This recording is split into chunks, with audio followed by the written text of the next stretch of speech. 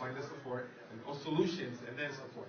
I don't know if we have enough time. No, We have 5 minutes left. that's all. I mean, that alone. I mean, this young man has a passion and a heart for what he's talking about. We feel that, same like Mr.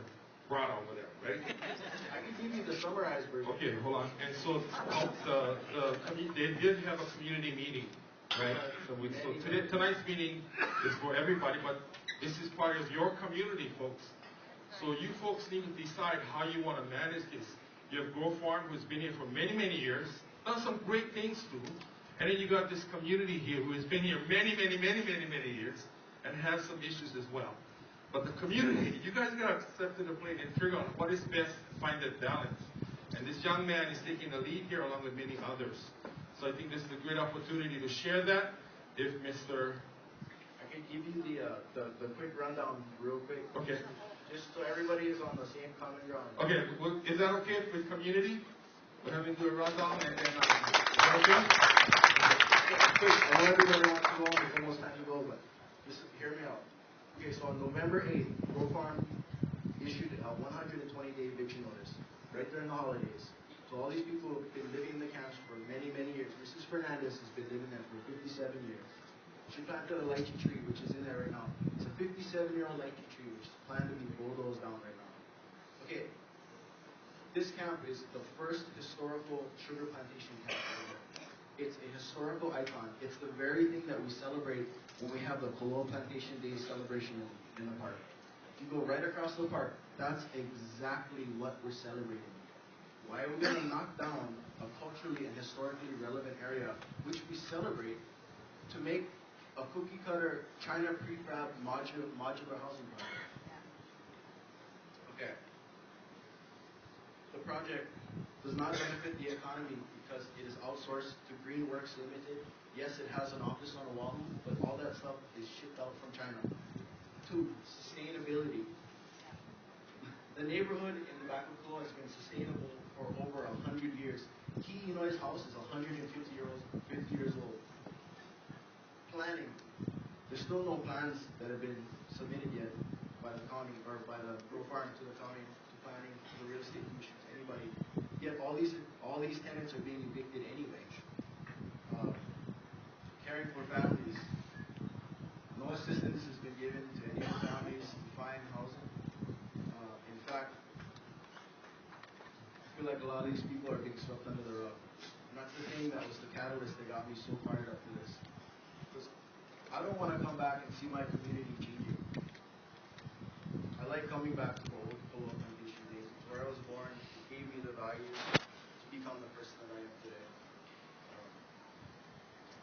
Alright, so as far as the solution, Peter Savio came over from Oahu. I don't know if you guys know, but there was a camp called Puamoho Camp on Oahu. It was a historical plantation camp owned by Del Monte. With his help, they were able to purchase the land that they were once being evicted from. I have a bunch of articles. I have, I think, 12 copies for any of you that want to learn more and be informed about it. And once you have, the information, we leave it up to you to make a choice to help support this community. We've got a good solution on the table. It's proven. It's ready. Now, I don't want to bash Grow Farm, but we've tried multiple times to contact them, but they won't call us back. Leave messages, they won't call us back. How are we supposed to move forward when the appropriate channels of communication can't be open? Okay. So thank you for that. Yes, sir. Do you suppose maybe the guy managing Grow Farm here is the problem? Well, maybe Case doesn't know what is going on. We've been writing letters all the way from Warren Haruki to Ed Case. In fact, we got a letter back from the office of Daniel Inoue. And he knows about it. And we're not here to point fingers. We're only here to offer solutions because if we all fight, we're not going to go anywhere. We all got to come together and move forward. But if Case cannot get in with the manager over here, it's not going to move. I don't know. If they cannot get together, that is the problem. The guy over here managing this doesn't care about what you say. I think that's what the goal of this community meeting is to make sure that the appropriate people from the appropriate agencies all get together so that we can facilitate discussion, how we can improve this and get this done.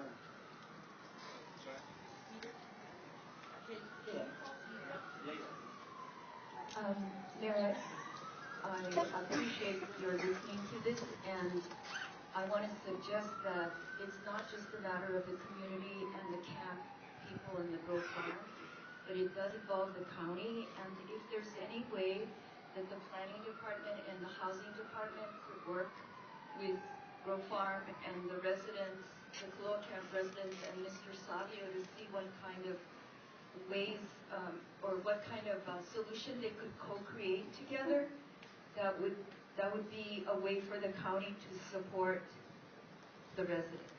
Yes. And to follow up on what Councilmember said, our housing agency has been in discussions already. And I'm following up to what you just said, which is great, Jen.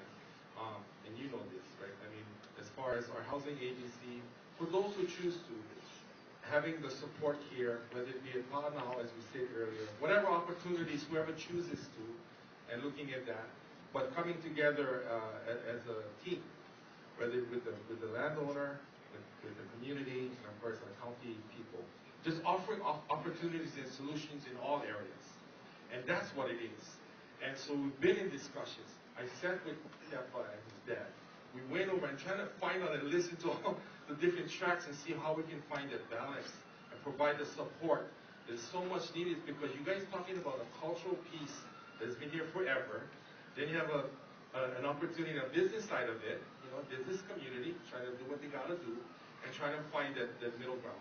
I think Mr. Savio's opportunity coming forward, I thought at the end of that meeting that there was opportunity for future discussions with the two of you guys, right? That's what we're talking about.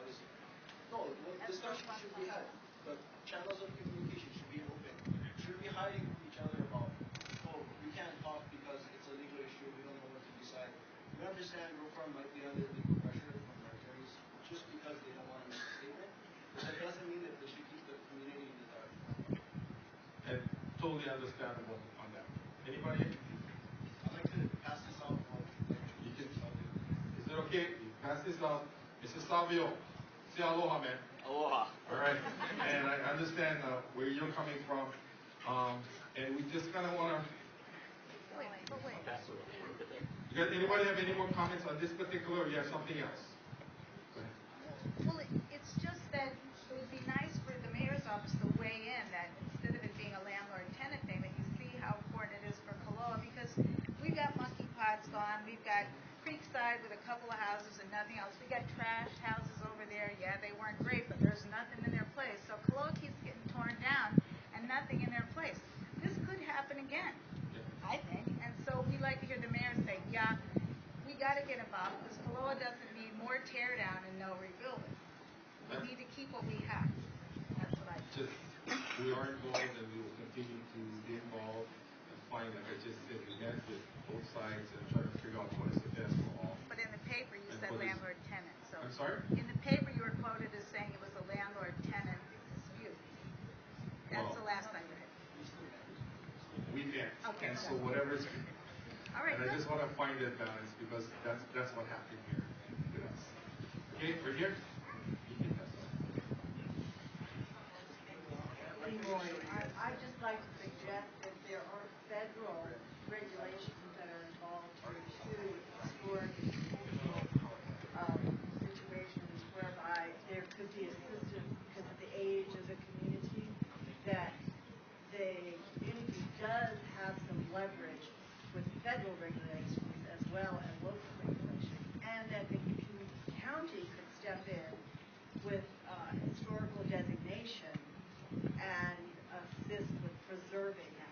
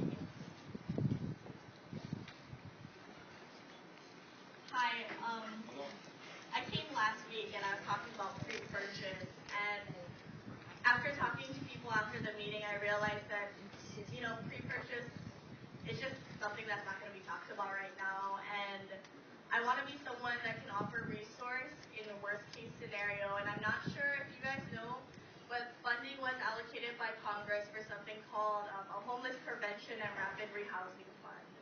So if worse comes to worse and people have to be evicted in March, I just want you guys to know that legal aid and Kauai Economic Opportunity still has some funds. So I just wanted to offer that information because not a lot of people know about the funding. Thank you for that information.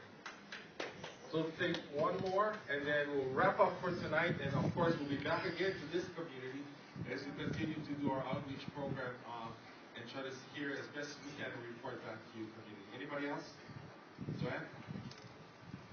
I just want to clarify that my suggestion that housing and planning get involved doesn't mean just helping the residents relocate. Right. It's about helping find a way that they can actually stay on the land, meet Grow Farm's needs and interests, and also be a really great asset to the community as well in terms of preserving the history and the sense of community and the place as a place where affordable place where people can live. Thank you. One more here. Maybe one more.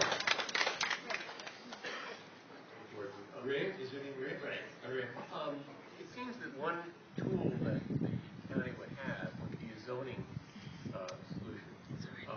I've been involved in projects where they do special districts where you don't change the underlying zoning, but you can designate a special area which has special additional requirements, which can include preservation of existing buildings, redesigning potential projects that they can accommodate the needs of everyone involved. So that might be something that could be at least discussed. Thank you for that. By the way, everything we're talking about tonight, so we don't forget, is being recorded, okay?